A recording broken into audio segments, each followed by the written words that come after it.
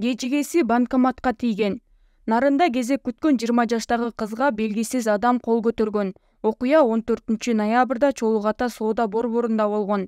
Анда банкоматтан акча алайын деп жатканда кезек талашкан адам кызды жаакка чаап, качып баратканда муштум менен башынын оң тарабына урган. Облустук милиция териштирүү баштап шектүүнү аныктаган. Ал 31 жаштагы Орто Нуура айылынын тургуну.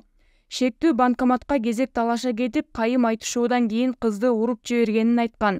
2012-жылы ага талма учурундагы жеңил деменция деген диагноз коюлган. Ал эми жабырлануучу облустук ооруканага баш мээнин чайкалуусу деген диагноз менен түшкөн.